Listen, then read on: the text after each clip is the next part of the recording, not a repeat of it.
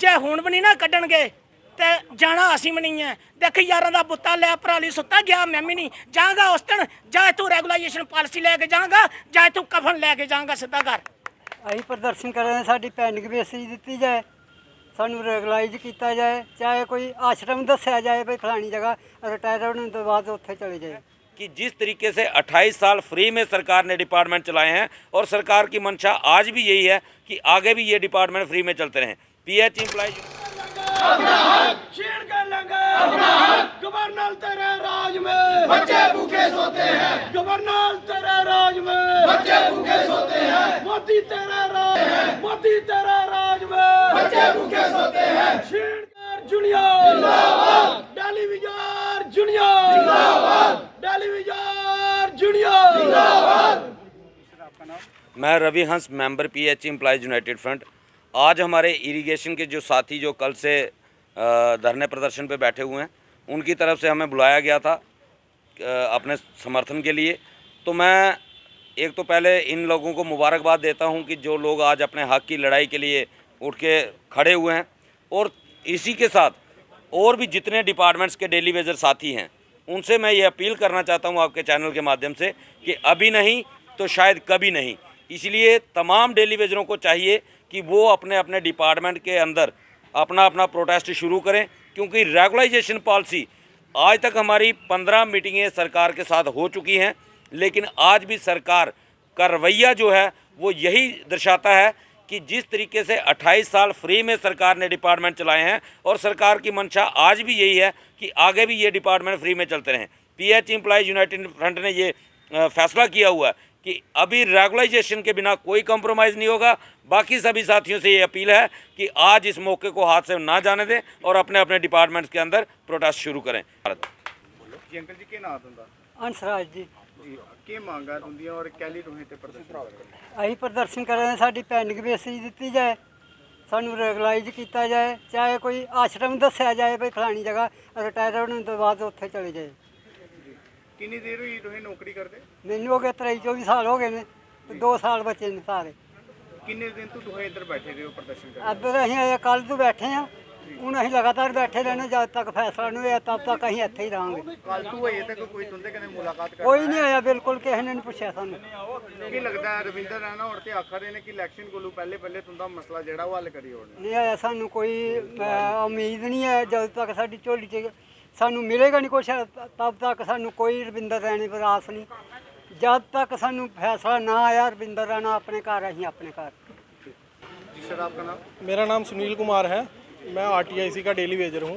मुझे लगे हुए 15 साल हो गए हैं, लेकिन हम टाइम टू टाइम हर बार हमने प्रोटेस्ट किया है, सरकार के ख़िलाफ़ भी किया, एडमिनिस्ट्रेशन के ख़िलाफ़ भी किया, लेकिन आज तक हमारी जो आवाज़ है ना तो वो सरकार के कानों तक पहुँची है और ना ही एडमिनिस्ट्रेशन के कानों तक। हमारी 3 ही मुख्य डिमांडें हैं, जिसमें हमारी रेगुलराइजेशन पॉलिसी है, हमारी पेंडिंग वेजेस है, और हमारे जो बच्चे हैं वो दर-बदर हो रहे हैं, स्कूलों से उन्हें निकाला जा रहा है। ना तो हम उनकी फ़ीस दे पा रहे हैं, ना ही उनको हम किताबें लेके दे पा रहे हैं, ना ही उनको हम यूनिफॉर्म लेके दे पा रहे हैं। क्योंकि आप खुद समझदार हैं कि 9,000 से आप क्या कर सकते हैं। आप डेली ऑफिस आ सकते हो या अपने घर का खर्चा चला सकते हो। इस महंगाई के युग में यहाँ सरकार कभी GST इस पे लगा रही, कभी दूध पे, कभी दही पे, कभी किसी चीज़ पे, कभी किसी चीज़ पे। तो इससे हमारा कुछ नहीं बन रहा, ना ही सरकार हमें परमानेंट कर रही है। हमने टाइम टू टाइम हर बार यही कहा है कि हमें रेगुलराइज़ किया जाए, हमारी पॉलिसी बनाई जाए, जबकि पॉलिसी बनी थी 520, उसमें हमारी फाइलें अप्रूव हुई, लेकिन सरकार टूट गई, UT बन गई। हमें उम्मीद थी कि शायद UT में हमें कुछ ना कुछ मिलेगा, मिनिमम वेजेस एक्ट ही मिलेगा, लेकिन हमें ना तो मिनिमम वेजेस मिली, ना ही हमारी जो वहाँ फाइलें पड़ी हुई हैं उन पे धूल जम गई है। सर्दियों में शायद उनकी वो आग सेकते होंगे वहाँ पे। लेकिन जो LG महोदय हैं जम्मू कश्मीर के, उन्हें जो है वो विकास पुरुष कहा जाता है, क्या लगता है? जनाब, हमारे लिए वो विकास पुरुष नहीं है, क्योंकि हमारा जब तक हमारा कुछ नहीं करेंगे हम उन्हें विकास पुरुष कहाँ से कहेंगे। हम तो जहाँ की जो हमारे नुमाइंदे हैं, जिनको हमने चुन के सत्ता में भेजा था, हम तो उनको भी निकम्मे कहेंगे, क्योंकि उन्होंने भी हमारा कुछ नहीं किया। उनको हमने यहाँ से भेजा, उनको हमने अपनी पूरी डिमांडें बताई, अपनी हालात बताए हमने। आज अगर हमारी सुनी होती तो हम आज सड़कों पर नहीं उतरे होते। PHE वालों ने डंडे खाए हैं, क्यों खाए हैं? अपने बच्चों के लिए, लेकिन आज तक हमारी किसी ने नहीं सुनी, ना सरकार ने ना एडमिनिस्ट्रेशन ने। एक समय था जब कहा जाता था कि जम्मू की आवाज़ उठाने वाला कोई लीडर नहीं है। उस समय बहुत से लीडर जो हैं वो दूसरी पार्टियों को छोड़ के भाजपा का दामन थामने के लिए आए थे और जम्मू जम्मू का नारा देते हुए आए थे। उस समय सबको लगा था कि जम्मू में कुछ ना कुछ अब बदलाव ज़रूर होगा। क्या लगता है बदलाव हो रहा है? जनाब कुछ नहीं हुआ, सब अपनी वोट की रोटियां सेकते हैं। वो पहले भी सेकते थे, आज भी सेक रहे हैं और आज भी हमें लॉलीपॉप दे रहे हैं कि अगर हमारा सीएम आएगा तो आपका पहला मुद्दा आपका उठाएंगे, आपको परमानेंट करेंगे। लेकिन हमें किसी सरकार पे कोई उम्मीद नहीं है, कोई हमारा कुछ नहीं करेगा। हमें यही है कि अगर हमने इनको चुना था तो ये शायद हमारा कुछ करें, लेकिन उन्होंने कुछ नहीं किया। अब हमारी जब भी वोट की बारी आएगी, अब हम देखेंगे कि इन्होंने हमें खज्जल किया, हम कैसे इनको करेंगे। अगर हमारा कुछ करेंगे तो ठीक है, नहीं तो हमारे पास वोट की पावर है, वो हमें इन्हें इलेक्शन में दिखाएंगे कि वोट की पावर क्या होती है। अब तो नॉन लोकल्स भी वोट दे सकते। बिल्कुल जनाब, वो इन्होंने अपना वोट बैंक बढ़ाया है बीजेपी वालों ने, ना कि हमारा जम्मू वालों का कुछ किया है। अगर ये पहले की पॉलिसी है तो हमारी पॉलिसी कहाँ गई? हमारे डेली वेजरों का क्यों नहीं सुना, जो यहाँ अपने खून पसीना दे रहे हैं अपने डिपार्टमेंटों में। यहाँ बताए ना, परमानेंट एम्प्लॉय कितना काम कर रहा है, जो काम कर रहा है डेली वेजर कर रहा है, ग्राउंड पे एक डेली वेजर काम कर रहा है। पीएचई में देखो, पानी खोलने जाता है एक डेली वेजर होता है, इरिगेशन कैनाल खोलता है वो डेली वेजर होता है। परमानेंट ऑफिस में बैठ के पेन चला रहे हैं और कुछ नहीं कर रहे, सारा डेली वेजर पे है, लेकिन डेली वेजर की कोई सुनवाई नहीं है। जी सर, के नाम? मेरा नाम चंद बहादुर सिंह, मैं इरीगेशन फ्लड कंट्रोल की बिलोंग करदा। ਤੇ ਸਰ ਸਾਡੀਆਂ ਤਿੰਨ ਡਿਮਾਂਡਾਂ ਨੇ, ਮੁੱਖ ਡਿਮਾਂਡਾਂ ਜਿਹੜੀਆਂ ਨੇ। ਇੱਕ ਤਾਂ ਪਹਿਲੀ ਜਿਹੜੀ ਹੈ ਮੁੱਖ ਡਿਮਾਂਡ ਸਾਡੀ ਹੈ ਉਹ ਹੈ ਰੈਗੂਲਾਈਜੇਸ਼ਨ ਪਾਲਿਸੀ ਦੀ। ਜੇ ਰੈਗੂਲਾਈਜੇਸ਼ਨ ਪਾਲਿਸੀ ਨਹੀਂ ਨਾ ਮਿਲੀ ਤਾਂ ਘਰ ਵਾਪਸੀ ਨਹੀਂ ਆਉਣੀ। ਅਸੀਂ ਧਿਆਨ ਲਿਆ ਹੈ ਕਿ ਅਗਰ ਰੈਗੂਲਾਈਜੇਸ਼ਨ ਪਾਲਿਸੀ ਨਹੀਂ ਤਾਂ ਘਰ ਵਾਪਸੀ ਨਹੀਂ।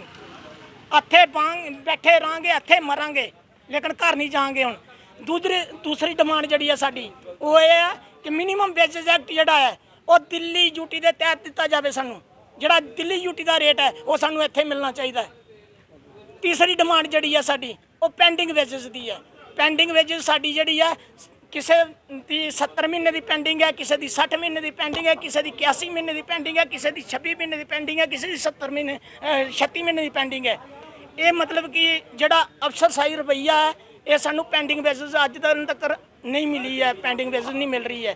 ਅਸੀਂ ਮਤਲਬ ਕਿ ਸਾਡੇ ਅਗਰ ਘਰਾਂ 'ਚ ਕੋਈ ਸਦੱਸਿਆ ਬਿਮਾਰ ਹੋ ਜਾਂਦਾ ਹੈ, ਉਹਦਾ ਆਪਰੇਸ਼ਨ ਕਰਾਉਣ ਵਾਸਤੇ ਅਸੀਂ ਪੂਰੇ ਹਸਪੀਟਲ ਦੇ ਡਾਕੂਮੈਂਟ ਲਗਾ ਕੇ ਇਹਨਾਂ ਨੂੰ ਫਾਈਲਾਂ ਦਿੱਤੀਆਂ, ਲੇਕਿਨ ਸਾਡੀ ਪੈਂਡਿੰਗ ਵੇਜਸ ਇਹਨਾਂ ਨੇ ਤਦ ਵੀ ਨਹੀਂ ਕੱਢੀ।